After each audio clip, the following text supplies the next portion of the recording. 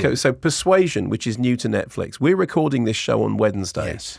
This show drops, as I believe one says now, at midnight on Thursday, so 1 minute into Friday. Yes. The Netflix embargo on reviewing Persuasion was Friday, but it's 8 a.m. GMT on Friday, because I believe that's midnight LA time. They must be working it like that. My top research, by the way, discovers that the Supreme Court was established 1st of October 2009. Oh, well, there we go. So quite a while ago. Yeah.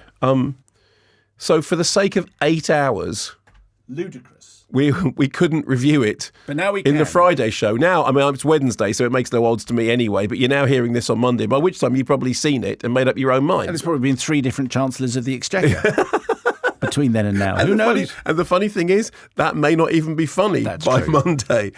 So this is a new adaptation of Austen's final novel, which was written shortly before her death, published, as I used to say, posthumously, because I actually That sounds good. That sounds like it should be right. I know. Like Chihuahua should be the way you pronounce Chihuahua. Yeah. Or in Brian and Charles Honor Loop Loop. But also good. Yeah.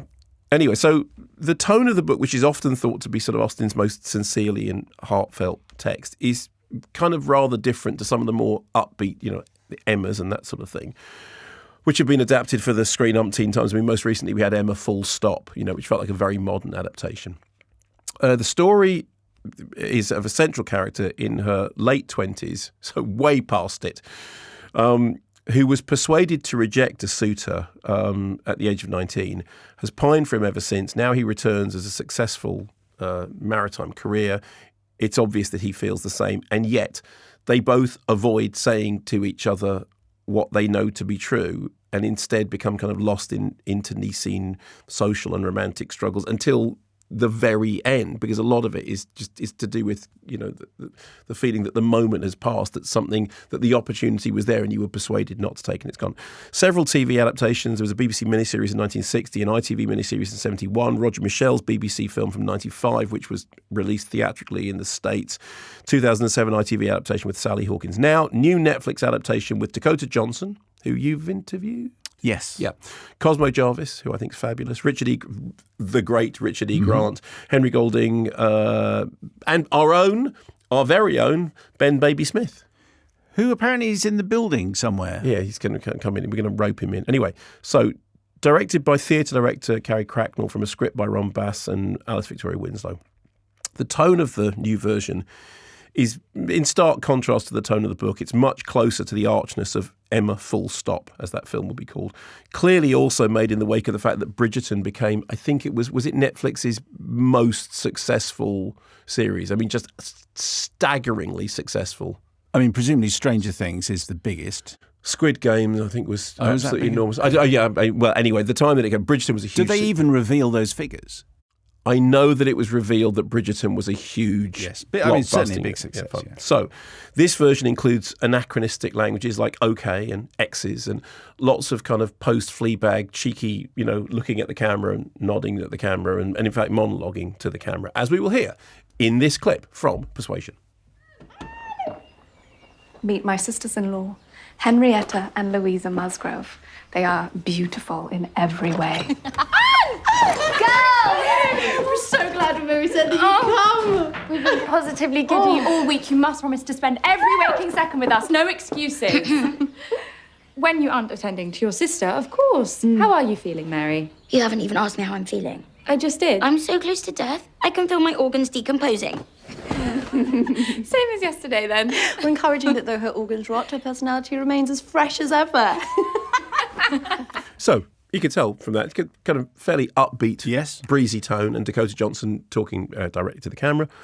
When the trailer for this came out, it caused uproar among the Austenites, of whom there are many, who concluded on the basis of 2.5 minutes that this is not Austen. And of course it isn't. I mean, like the personal history of David Copperfield, it has colour-conscious or colour-blind casting, mean that people are cast because they're the best person for the role, and ethnicity has no role to play. Hooray, great. I think this is a very good thing. The breaking the fourth wall stuff, so Dakota Johnson talking to us directly, this is a well-established way of dealing with internal monologue. There's an awful lot of the Austen is interior stuff. It's it's description, it's letters and description and stuff. That one way of doing that is have the character talk direct to the camera. So I don't have a problem with that. The tone is definitely more breezy and upbeat than the book. I mean, particularly when you've got Richard E. Grant camping it up as the vain father. And, and the sister going full petulant, all my internal organs are decomposing and all that stuff. So there are more obvious laughs. The question is, well, twofold. One, does it work in and of itself? And secondly, does it capture any of the essence of the story? So the story is basically two people who are out of place in the world, who had a moment when they fitted and are then rent asunder by persuasion, by social nicety, let's be honest, by wealth, and who are the only people who really see each other for who they are, but are not able to say it to each other. So I thought Dakota Johnson was good. I mean, she's always good. Cosmo Jarvis, I think, is brilliant. I mean, he was if you look at his performances in this, in Lady Macbeth, Calm with Horses, all terrific performances and all unrecognisable as the same person. He is one of those people who looks different every time you see him, and I think he's just stunningly talented, and I think he gets the awkwardness of that character who has earned their stripes and their success, but is still fundamentally out of place. I think he does that really well. There are problems. One of the problems is that the change in tone, the making it lighter, makes the inability of the two central characters to simply declare their love for each other much more problematic. Because when it's a kind of a repressed interior monologue, that sense of distance is okay. But when everyone appears to be saying everything out loud all the time, you just want to go, just tell him you love him and just tell her you love her. Just. That's like saying, don't go and stay in that log cabin in the woods on your own. Exactly. And here I think is the reason that it prompts that response is that because the interiority of the book is made exterior by the film. And as a result of that, the mechanics of the plot, which always seemed just, to be machinations happening in the background in the original source, suddenly come forward because everything is much more front-footed. And so I felt, whilst watching this version of it, that the desire to go, just do it was much stronger because the tone of the film kind of invited that. And I think that problem is because the interior has been made exterior, and when that's the case, it's like the mechanics are much more on view. They're much more evident.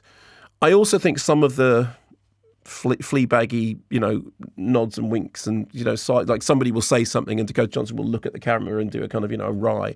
I think that becomes irksome. It's not a cardinal offence, but it's just a little bit annoying. I think if you take it completely on its own terms and don't see it as an Austen adaptation, there's stuff in it that's fun. And it's got a very good cast, all of whom do what they're meant to be doing really well. There's not a duff note in the performances, but I do think that kind of transition in terms of the, let's make it much more accessible. Let's make it very post-Bridgerton, post-Fleabag, post all those things. Also, House of Cards has that where the central character turns to the... Yeah, well, Kevin Spacey did it particularly. Yeah, that is a well-established dramatic device, and I don't actually have any problem with that. I have more of a problem with the kind of the coy nodding and winking. But I think in and of itself, it is a perfectly serviceable piece of entertainment. And I think that the essence of the Austen thing about these two people, neither of whom can be themselves in any company other than each other's company, is still in there. But I can understand why Austenites get annoyed about it. The only thing I would say is dismissing something on the basis of the trailer is never a very good move, because the trailer definitely plays it as more broadly comedic than perhaps the thing itself is. So it's kind of fun. It's not. I wouldn't say it's a classic Jane Austen adaptation, but nor do I think it's, how dare they? It's, well, they dared, and some of it worked and some of it didn't.